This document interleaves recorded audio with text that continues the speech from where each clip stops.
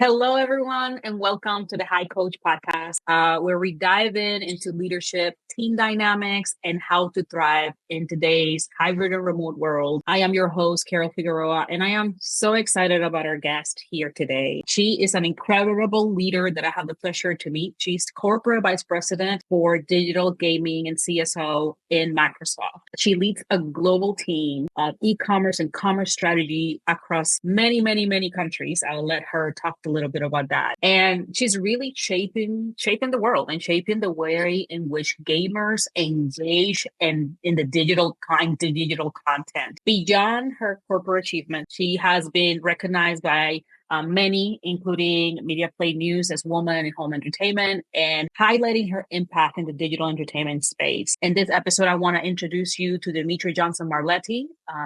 We will discuss her leadership journey, the strategies that she has implemented herself, and I have seen it firsthand with large hybrid teams, and how she fosters inclusivity everywhere she goes, and above all, a high-performing culture at scale.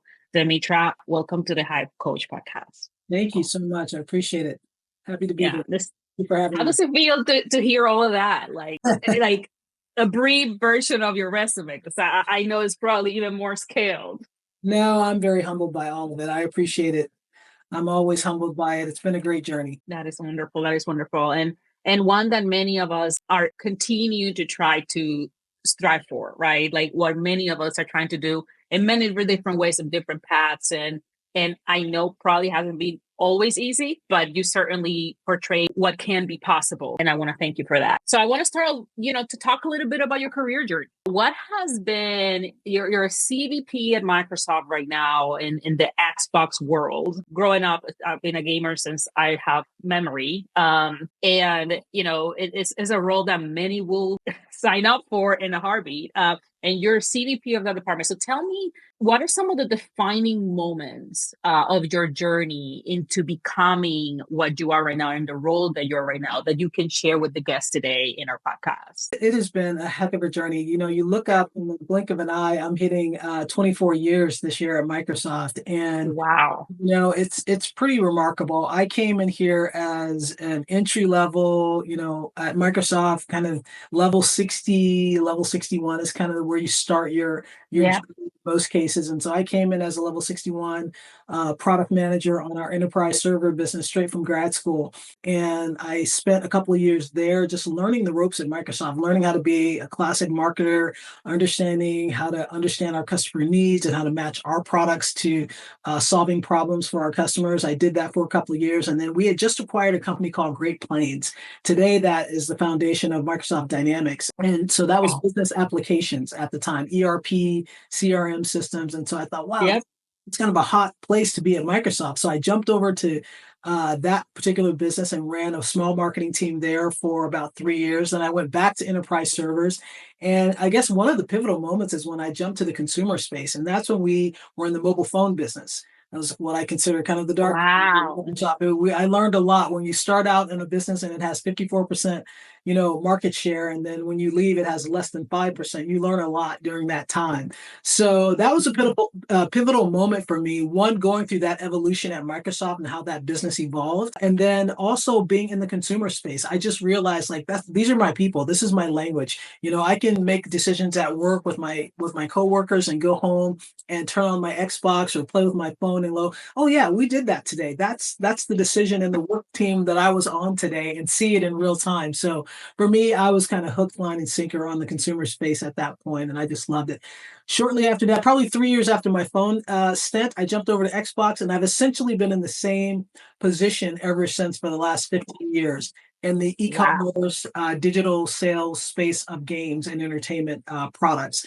And while it's been the same job and the same role for 15 years, the job itself and the requirements have changed dramatically all around me as we've made this shift to digital from more physical goods and watch our customers' preferences evolve over that time. It's been a great ride, and it's been great to be on the forefront of that. I love it. I love it. I just get excited hearing that you've been in this role 15 years. How much has it evolved?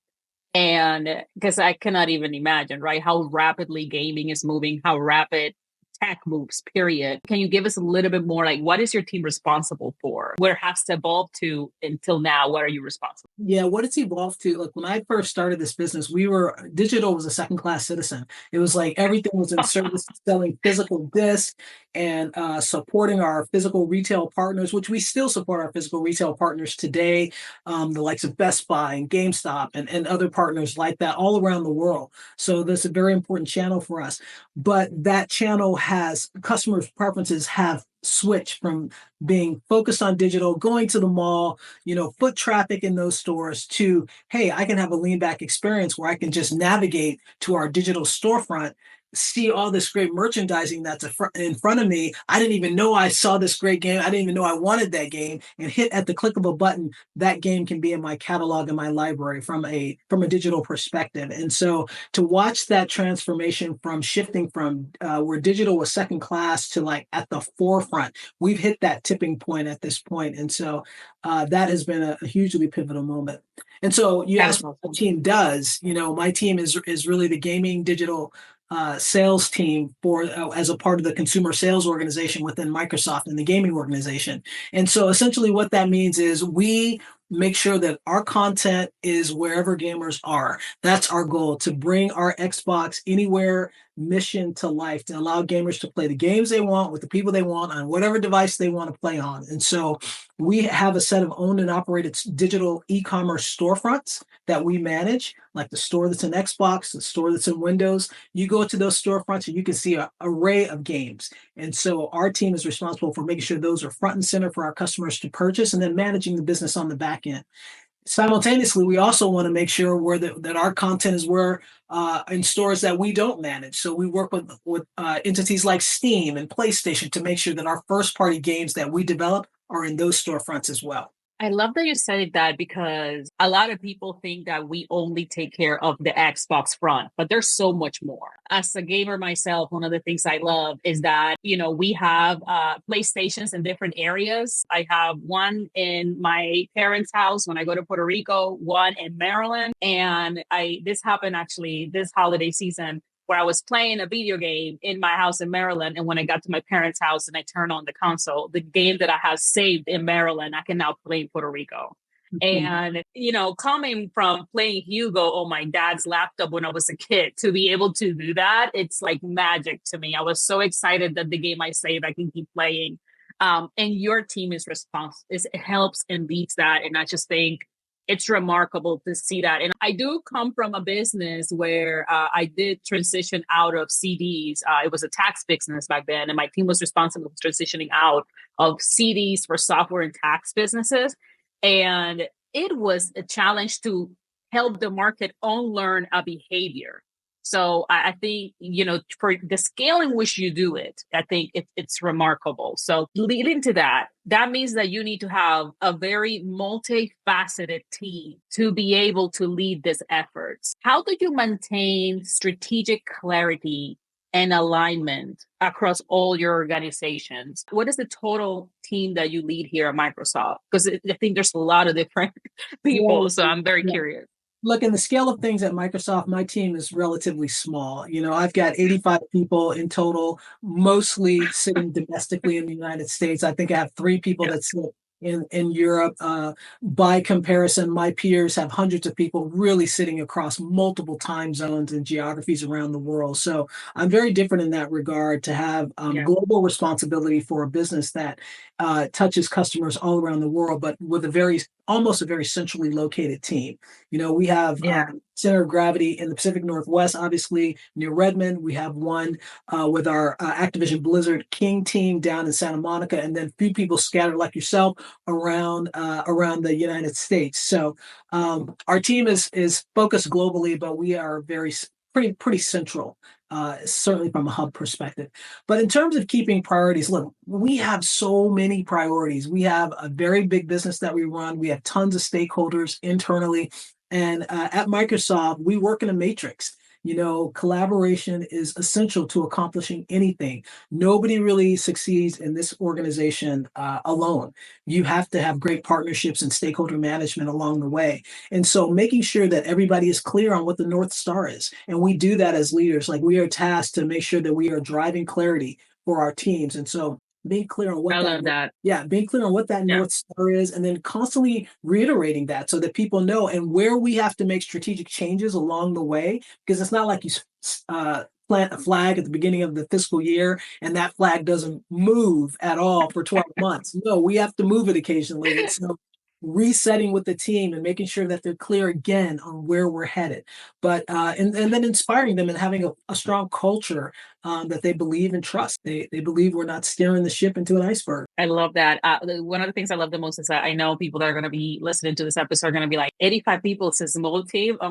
You know, in the biggest, I'm like, it's Microsoft, right? One of the biggest companies in the world. So yes, but it is remarkable, and your team's decisions impact 120 countries, and I think that that is a big amount of responsibility.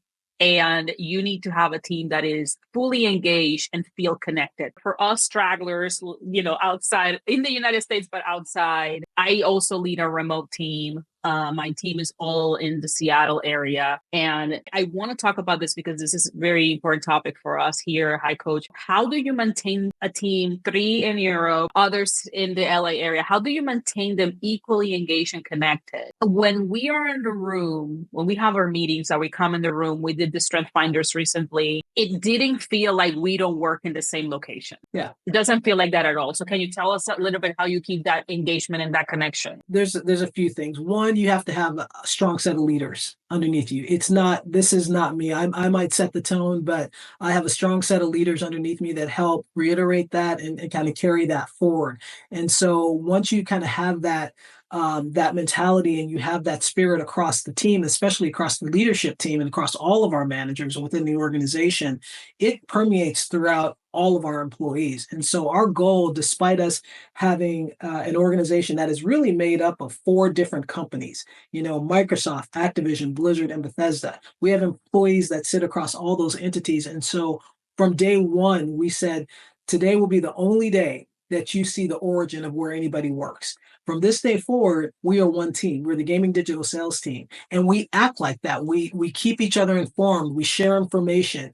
We have teams that are blended within our organization, and so making sure that when we come together for a team week, for a morale event, like, we are one team, and we have that constant connection, connective tissue throughout the year through all hands meetings. So we make sure that we have enough touch points that we can keep that culture going and that spirit of what I like to call an esprit de corps across the group, which is a strong connection and camaraderie across the organization. Yeah, I love that. It's always a pleasure to be in the room and just there's a buzz, right? And I think that there's been times where we've been in a meeting and he's like, this is just like the dining table at the house when we're like disagreeing, but we're trying to come to a common ground and everybody wants the same thing. And, which is going to lead me to your style of leadership. Something I admire and I am a big advocate of is authenticity in the workplace. Like, for you to be able to show up as your authentic self, no matter where you are. I had a leader once tell me, leadership is hard enough. It's even harder when you try to show up as someone that you're not. And that stayed with me because I had a leader that once coached me and said, you smile too much. You laugh too much. You're too funny. I know. And he's like, and now that you got promoted, you need to stop that. So I remember going to this conference, walking around and like trying purposely being serious. And it was the most uncomfortable 30 minutes of my life. Okay. That's as long as that lasted. But I remember my mentor at the time was there and he looked at me, he's like, Karol, you got to be yourself. Coaching is already leading is already hard enough, let alone you showing up as someone else. How do you stay true to you and your values in such a large organization and complex, right? Because we're complex as an organization as well. Yeah, I think there's 2 things. First and foremost, you have to be grounded in who you are and very self-assured in who you are, because the winds will change. Like, the leadership above you will change. You're trying to be a chameleon and align or map yourself to whoever is in control or whoever's at the top, or whatever the sentiment of the company is at the time. Like, it's not sustainable. You will yourself crazy from a wellness perspective, trying to be something that you're not and maintain that on a daily basis. We spend too many hours at work. I recently read an article that we spend 90,000 hours of our lifetime working. That's a third of our lives. And so you cannot Wow. fake it. You can't fake it for a third of your life. You got to be who you Yeah. are. Now, that said, I have learned over the years to be more effective in being who I am. I have to learn how to Mm, turn some dials, you know. I I can't, love a that. lot of people will say, well, this is who I am, and you just can take it or leave it. Well, you know what? A lot of companies are going to leave it today because there's 10,000 Yeah. people behind you who will do your job in a different, more effective way. So I have learned that, I have to turn dials depending on who I'm talking to so that I can be more effective. I am direct. I am straightforward. I believe hashing things out makes for a better outcome. I don't shy away from conflict. I protect my people, all of those things. That's who I am. But I can turn dials down or up just to get the amount of effectiveness that I want to have. And so it's I not just love that. about putting a flag and saying, this is who I am. Like, yes, it's who you are. Adjust it to be your best self when you're at work. We're definitely going to use this part because it's so important, especially for women, where we are constantly being told to not be as direct or not to show emotion.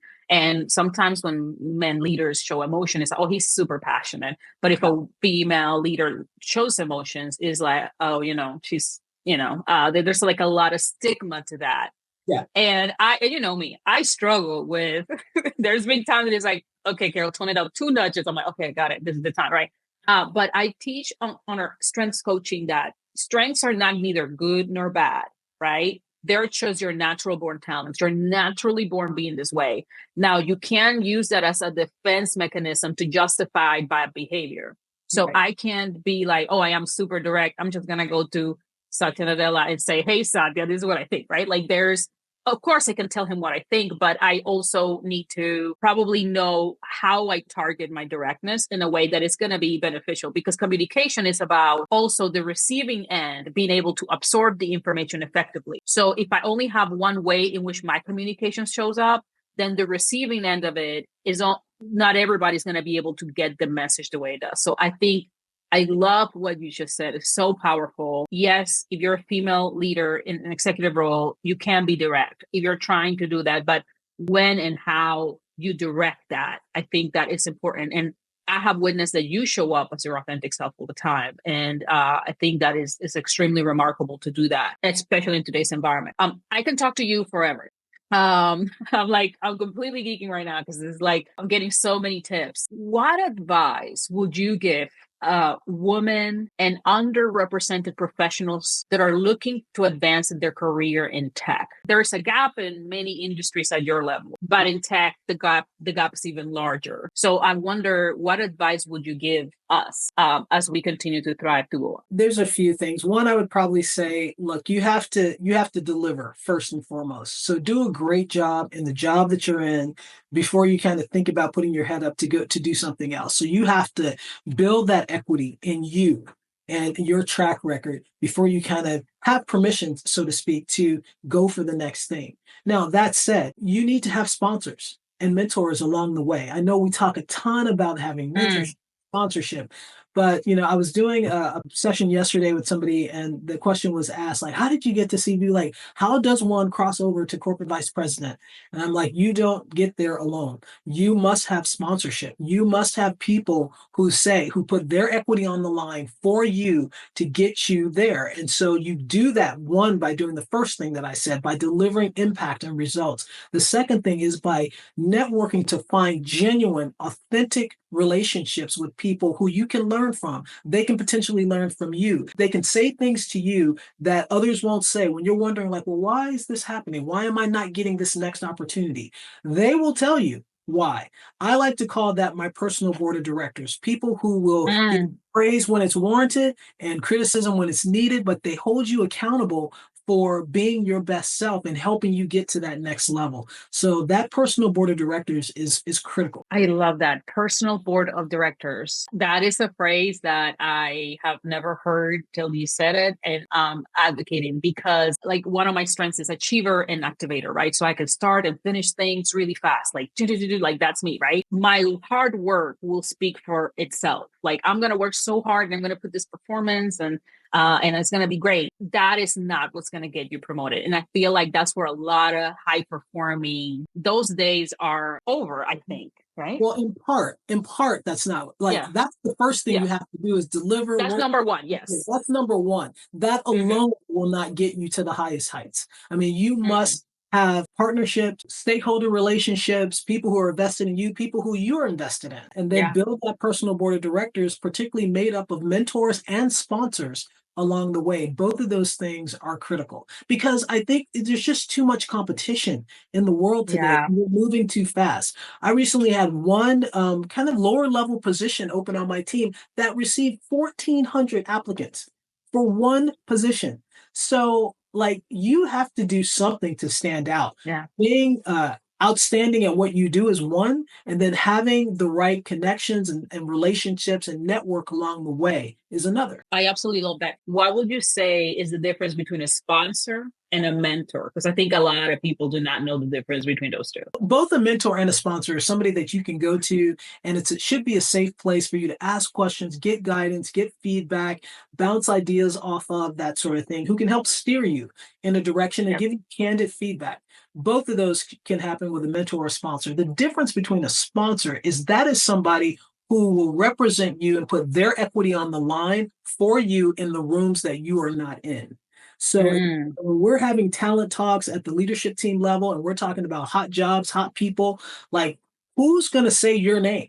Who is going to say, you know what, this is a great job. I think we should look at Mary for this job, along with anybody else. But that's somebody who I've worked with. I think she has the caliber and the qualities and the competencies to do this particular role. That's me putting a little bit of my word and equity on Mhm. the line for that person. That's a sponsor. That is wonderful. And I think that in not just corporate world, even if you're an entrepreneur, right? And you're trying to have partners and become like that, I'm putting my word because I think about, I was working at Microsoft. I don't know about you, but I get LinkedIn messages every week. Yeah. Someone asking for a recommendation of like, I don't even think we worked that long together, right? Like I'm not sure I want to put my name on it unless like I know I work with you and I know what you bring to the table. So it's similar. This has been wonderful and very selfishly incredible for me because I'm like gonna take all these recordings, put it on ChatGPT, and like I'm gonna be like, okay, these are my next steps for me in my career. What do you want to leave the audience with today? If there's anything else you can say, because I think everything has been gems today. Anything you want to leave the audience for High Coach today? I'd probably say the world is challenging right now. Mm, It's challenging yes. on every single front, personally, professionally. There's so much uncertainty out there. I would Yep. encourage everybody to maintain perspective and where it's appropriate for your own wellness, make your world small to the things that you can control for your own sanity before you kind of spread out and venture out again. And I say that because, like, thinking about the macro, it can be overwhelming right now. It's like, where are we headed? What is happening? What happened today? What are the social media headlines? But you know what? With my family, we're going to have a great dinner. We're going to have a great weekend. This is Yeah. what recharges me. These are the things that I can control. My team at work, we're going to have a great offsite. We're going to have a great agenda. Yeah. Those are the things that I can control. That's my small world. So in that small setting, things seem calm. So try to maintain perspective and balance and do the things that are going to keep your mental, emotional wellness intact because that is what your people need at work. That's what your leadership team needs. That's what your family Yeah. needs from you. So try to maintain perspective. Thank you. Thank you so much for that. This is amazing advice, especially given the times. I am, again, honored to have you as a guest. I learn from you on a regular basis and just having this insights. I heard your speech at Afrotech this year. Thank you for always representing our community. Dametra, it is a pleasure. And I'm excited to see how your career keeps evolving and excited for what's next. Thank you so much. Thank you for having me. It's been great. Thank you.